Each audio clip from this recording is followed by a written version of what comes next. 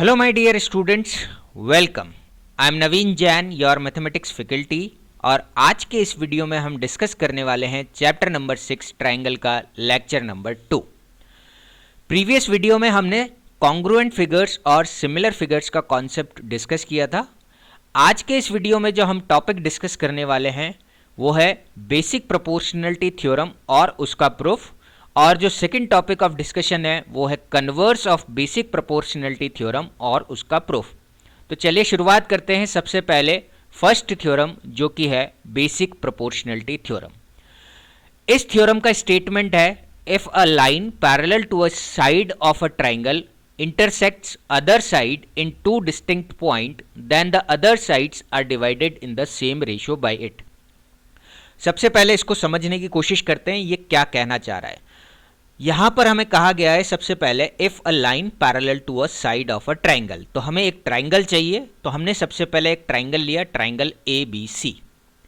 इस ट्राइंगल में एक लाइन है जो कि पैरेलल है किसी एक साइड के। तो यहां पर हमने साइड BC के पैरेलल एक लाइन ड्रॉ की है, लाइन L, जो प्रीवियस ट्राइंगल जो ट्राइंगल है आपका उसको D और E पॉइंट्स पर इंटरसेक्ट कर रही है। सो यहां पर हो गया if a line parallel to a side of a triangle, यानी कि हमने साइड BC के पैरेलल एक लाइन ड्रॉ किया, लाइन L, जो ट्राइंगल को D और E पॉइंट पर इंटरसेक्ट कर रहा है। Intersect other sides at two distinct point, जो कि दो डिस्टिंक्ट पॉइंट्स आपके पास आए हैं वो हैं आपकी क्या, D और E। और वो कौन सी दो अदर साइड्स है जिनको ये इंटरसेक्ट कर रही है, तो वो साइड्स हैं आपके पास AB और AC। तो ये AB लाइन को D पॉइंट पर इंटरसेक्ट कर रहा है यहां पर, और AC लाइन को ये E पॉइंट पर इंटरसेक्ट कर रही है। हमें गिवन है लाइन L जो है वो BC के पैरेलल है। तो intersect at two distinct point, then यहां पर आपके पास दो डिस्टिंक्ट जो पॉइंट आए हैं वो D और E आए हैं। देन द अदर साइड्स, अब जो बची हुई साइड्स हैं वो कौन कौन सी हैं, वो AB और AC है। So then other sides are divided. Divided का मतलब है वो दो पार्ट्स में डिवाइड हो रही है। तो यहां पर AB और AC को लाइन L जो है वो दो पार्ट्स में डिवाइड कर रही है। वो कौन कौन से पार्ट्स हैं, पहला पार्ट हो गया हमारे पास AD और दूसरा पार्ट हो गया DB। अगर हम लाइन AB की बात करें तो पहला पार्ट है AD और दूसरा पार्ट है DB।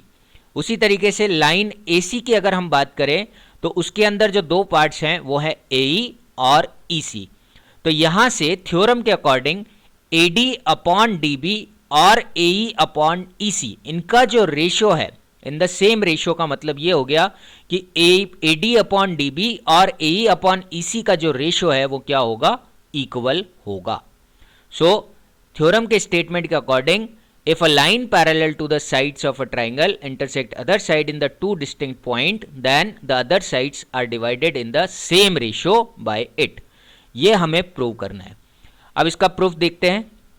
सबसे पहले AD अपॉन DB में कंसिडर करते हैं AD को। तो AD क्या किसी ट्राइंगल का हिस्सा है, बिल्कुल ये किसी न किसी एक ट्राइंगल का हिस्सा है। जो AD जो है वो ट्राइंगल ADE का हिस्सा है। कौन सा ट्राइंगल है ये, ट्राइंगल ADE। और इस ट्राइंगल ADE में क्या AD एक हाइट है, तो बिल्कुल नहीं, AD एक हाइट नहीं है। क्यों नहीं है, क्योंकि ये एक परपेंडिकुलर लाइन नहीं है। तो यहां पर AD क्या होगा, आपका बेस होगा। ट्राइंगल का एरिया का फॉर्मूला आप लोगों को पता होगा, half into base into height होता है। तो यहां पर AD को हमने बेस कंसिडर किया है। अब हम DB की बात करते हैं जो डिनोमिनेटर में है। तो DB भी आपके पास एक ट्राइंगल का हिस्सा है। क्या ये हाइट है, ये भी हाइट नहीं है, ये भी एक बेस है। लेकिन ये जो DB है ये ट्राइंगल DBE का हिस्सा है। तो यहां पर AD को अगर हमने बेस माना है तो हाइट जो होगा इस AD बेस के लिए वो पॉइंट E से जो हाइट होगा वो होगा। उसके लिए पॉइंट E जो है वो थर्ड वर्टेक्स होगा, जो बचा हुआ वर्टेक्स वहां से हम हाइट को कंसिडर करेंगे। तो E से हमने एक कंस्ट्रक्ट किया परपेंडिकुलर, ड्रॉ किया परपेंडिकुलर EM, जो कि AD के क्या है, परपेंडिकुलर है। तो कंस्ट्रक्शन हो गया, यहां पर हमने एक line segment EM perpendicular to side AB draw किया है। यहां से DB जो है वो बेस होने के लिए, अब दूसरी साइड जो DB थी वहां पर उसको बेस होने के लिए EM तो आपका हाइट हो जाएगा, लेकिन ट्राइंगल का जो नाम होगा वो ट्राइंगल हो जाएगा ट्राइंगल BDE। यहां पर BD जो है वो बेस बन जाएगा और हाइट आपकी EM ही हो जाएगी। तो यहाँ से बी डी ई आपका ट्राइंगल हो जाएगा। तो हमने एक सेगमेंट बी ई भी कंस्ट्रक्ट किया है। अब यहाँ से अगर हम बात करें तो area of triangle A D E, जो ऊपर वाला जो ट्राइंगल है उसके अंदर एरिया जो है वो होगा half base into height. Base इस केस में ए डी है, हाइट इस केस में हमारे पास ई एम है। और उसी तरीके से नीचे वाला जो ट्राइंगल है ट्राइंगल बी डी ई, उसका एरिया हो जाएगा हाफ बेस इंटू हाइट, यानी कि बेस हमारे पास बी डी है इस केस में, नीचे वाले ट्राइंगल के केस में यहाँ बेस बी डी है और हाइट आपकी सेम ई एम ही है। अब यहाँ से अगर हम इन दोनों का रेशियो निकालेंगे तो ई एम से ई एम कैंसिल आउट हो जाएगा, हाफ से हाफ कैंसिल आउट हो जाएगा और हमारे पास बचेगा A D upon B D. तो यानी कि यहाँ से हमारे पास area of triangle A D to the area of triangle B D का जो रेशियो है वो A D upon B D के इक्वल आया है। अब हम बात करते हैं राइट साइड की, जो हमें प्रूव करना था। तो यहाँ पर हम डिस्कस करेंगे ए ई अपॉन ई सी के बारे में। तो सबसे पहले अगेन ए ई के बारे में हम डिस्कशन करते हैं। ए ई जो है ये अगेन एक ट्राइंगल ए डी ई का पार्ट है। यहाँ पर ये ए ई कौन से ट्राइंगल से बिलोंग करता है? ए ई जो बिलोंग करता है वो ट्राइंगल ए डी ई से बिलोंग करता है। और ये अगेन आपके पास हाइट नहीं होगी, ये अगेन आपका बेस बनेगा। क्यों? क्योंकि ये आपकी एक परपेंडिकुलर साइड नहीं है। तो यहाँ से ए ई जो है वो आपका बेस हो जाएगा। ठीक उसी तरीके से ई सी जो है नीचे की साइड वाली जो साइड है, नीचे की तरफ वाली जो साइड है वो भी आपका बेस की तरह ट्रीट होगा। ये भी आपका हाइट नहीं है। क्यों नहीं है? क्योंकि ये भी एक परपेंडिकुलर नहीं है। अब हम अगेन ऊपर वाले ट्राइंगल ए डी ई की बात करते हैं। इस ट्राइंगल में ए ई बेस है, तो हाइट के लिए हमारे को थर्ड वर्टेक्स चाहिए, वर्टेक्स डी। तो यहाँ से हमें एक कंस्ट्रक्शन करना पड़ेगा। डीप वर्टेक्स से हमें एक परपेंडिकुलर ड्रॉ करना है जो कि ए ई के परपेंडिकुलर हो। तो यहाँ से हमने एक कंस्ट्रक्शन किया है डी से एन, जो कि परपेंडिकुलर है ए ई के। तो यहाँ हमारा सेकंड कंस्ट्रक्शन हो गया segment D N which is perpendicular to side A C. और ठीक जिस तरीके से नीचे वाले ट्राइंगल में ई सी जिसको हमने बेस कंसिडर किया है वो बेस ना हो, वो बेस के लिए हमें डी, उसको ट्राइंगल बनाने के लिए हमें सी और डी को कनेक्ट करना पड़ेगा। तो यहाँ पर हमने एक कंस्ट्रक्शन और किया है लाइन सेगमेंट सी डी का। अब अगेन हम बात करते हैं ऊपर वाले ट्राइंगल की, ट्राइंगल ए डी ई की। इसका एरिया जो होगा ट्राइंगल ए डी ई का एरिया, ये again half base into height, यानी कि half of A E multiplied by D N हो जाएगा। और नीचे वाला जो ट्राइंगल है ट्राइंगल डी ई सी, इसका जो एरिया होगा वो भी again half base into height, base आपका ई सी हो जाएगा, हाइट हमारी डी एन हो जाएगी। और इन दोनों का अगर हम रेशियो निकालेंगे तो अगेन हाफ से हाफ कैंसिल आउट हो जाएगा और डी एन से डी एन कैंसिल आउट हो जाएगा। तो हमारे पास बचेगा ए ई अपॉन ई सी।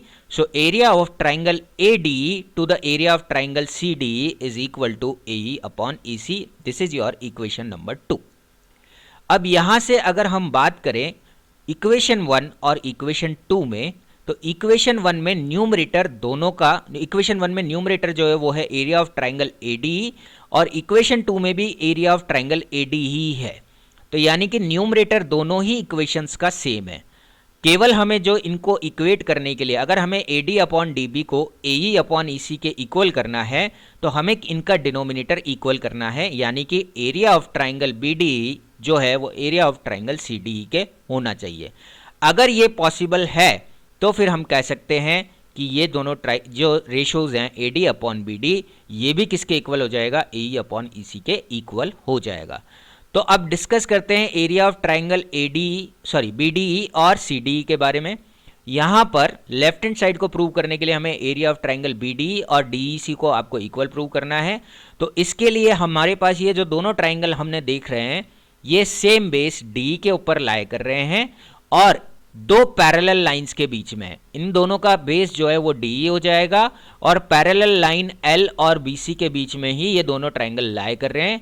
और 9th क्लास में हमने एक थ्योरम का डिस्कशन किया था कि area of triangle between same base, area of two triangle जो कि दो पैरेलल लाइंस के बीच में लाए करते हैं और जिनका बेस जो है वो सेम होता है, उनका एरिया इक्वल होता है। तो उस थ्योरम से हम कह सकते हैं कि यहाँ से area of triangle B D E जो है वो area of triangle C D E के इक्वल हो जाएगा। तो अब हमारे पास ये थर्ड इक्वेशन आ चुकी है, area of triangle B D E और सी डी ई इक्वल है। इसका मतलब फर्स्ट और सेकंड इक्वेशन की लेफ्ट हैंड साइड दोनों इक्वल हो गई, और जब दोनों लेफ्ट हैंड साइड आपके पास में इक्वल है फर्स्ट, सेकंड और थर्ड इक्वेशन से हम कह सकते हैं कि राइट हैंड साइड भी इक्वल होगी। That means AD upon DB जो है वो AE अपॉन EC के इक्वल हो जाएगा। ये आपका कौन सा थ्योरम हो गया? बेसिक प्रोपोर्शनलिटी थ्योरम हो गया। तो इस तरीके से आप इस बेसिक प्रोपोर्शनलिटी थ्योरम का प्रूफ करेंगे।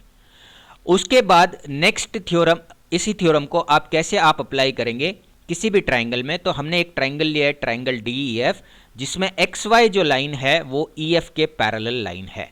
तो यहाँ पर XY और EF पैरेलल गिवन है।